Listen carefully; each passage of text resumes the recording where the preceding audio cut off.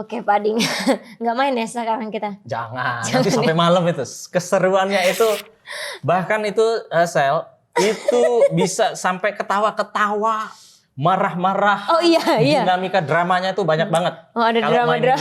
Kalau main ini tuh betul-betul ada luar biasa. drama-dramanya ya. Oke. drama-dramanya. Tapi menarik Pak Ding, dengan bisnis craft ini kan teman-teman bisa belajar inovasi sambil bermain gitu ya, dan menyenangkan, simple gitu kan. But apa sih insight yang bisa kita dapat nih Pak Ding ketika kita main bisnis craft ini gitu ya, dan apa insight apa yang bisa kita adopsi juga untuk perusahaan kita?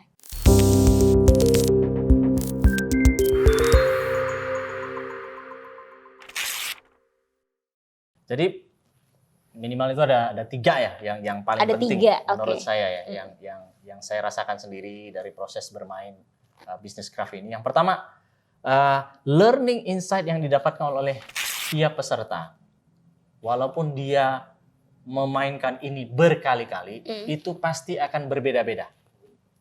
Oh, oke. Jadi sesering apapun Anda main, itu pasti dapat sudut pandang baru, aha moment, learning insight, pembelajaran terbaik yang berbeda-beda dan valuable.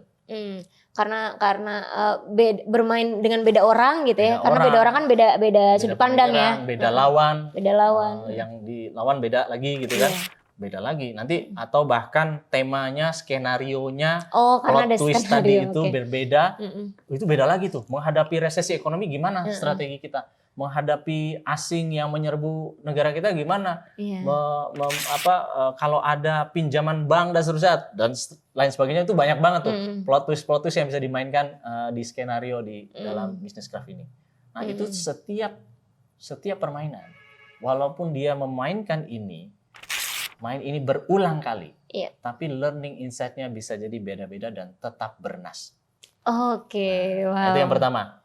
Oke. Itu yang pertama. Yang kedua, dengan memainkan bisnis craft ini, gitu ya, ini adalah tools yang paling efektif, efisien untuk men-trigger orang bisa kerja kolaboratif. Bisa kerja kolaboratif, Yes. oke.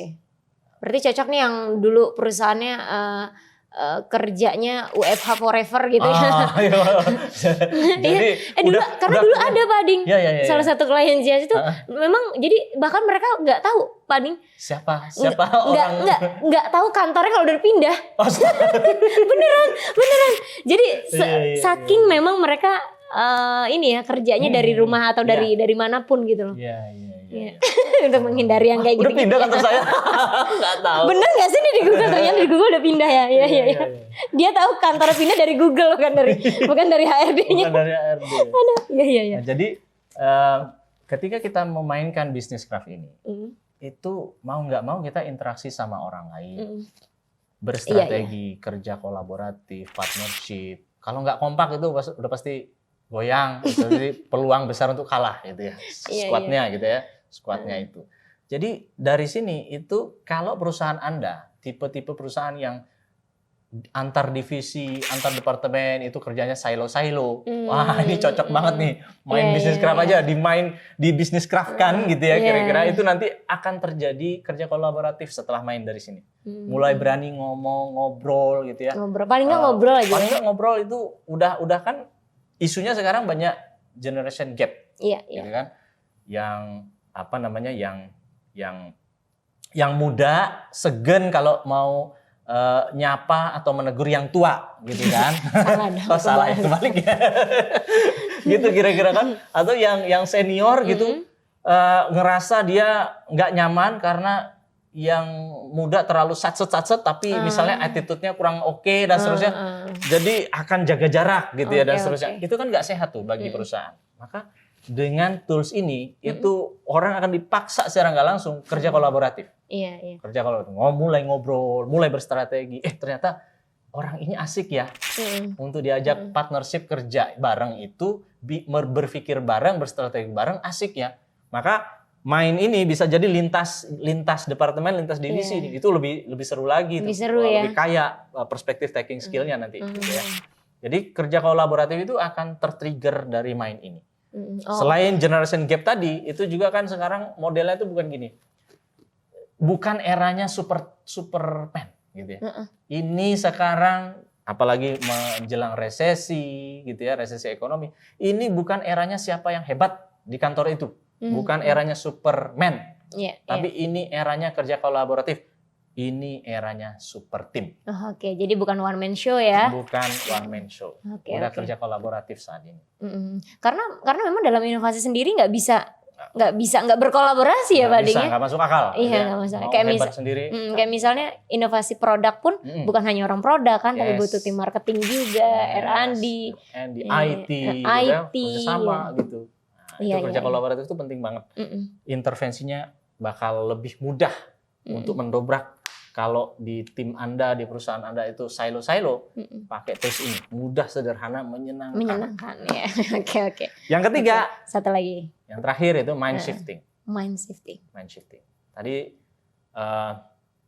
orang untuk talenta di korporasi itu untuk berani berinovasi, itu kan perkara yang nggak mudah. Yes. Kenapa? Karena dari kecil sistem pendidikan kita bisa jadi banyak larangan, dimarahin, kalau salah memilih sesuatu gitu, wah dimarahin, disalahkan gitu ya, atau bahkan anak kecil aja gitu ya, dari kecil tuh kalau kita jatuh di tangga atau di nyalain tangganya pukul, hei salah, udah mama pukul nih. Gitu.